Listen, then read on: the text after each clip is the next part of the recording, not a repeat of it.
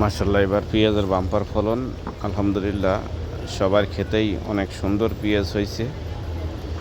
তো কৃষক কিন্তু দাম কম পাচ্ছে, সর্বোচ্চ 1100 টাকা উঠছে এবার পেঁয়াজের দাম। তবে তবে এই পেঁয়াজের দামটা যদি অন্তত পক্ষে 2000 টাকা হইতো তাহলে কৃষকের মোটামুটি একটা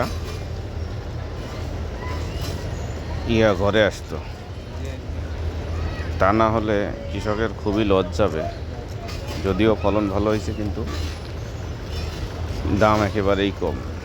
তো হয়তো দেশের পর্যাপ্ত চাহিদা মিটিয়েও যদি সম্ভব হয় বিদেশে রপ্তানি করে কৃষকের ন্যায্য মূল্যটা সরকার যেন ব্যবস্থা করে, সেই আশা করব।